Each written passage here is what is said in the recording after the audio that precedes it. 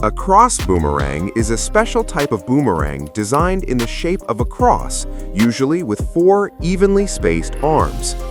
Unlike the traditional curved boomerang, the cross design gives it more balance and stability in the air. When thrown correctly with a spinning motion and slight tilt, the cross boomerang rotates rapidly and creates lift on each arm. This spinning motion, combined with air pressure differences, allows it to travel in a circular path and return to the thrower. Because of its symmetrical shape, the cross boomerang is often easier for beginners to control. It tends to hover smoothly before coming back, making it great for tricks. Rubber bands aren't just for holding things together. They're tiny tools with big power.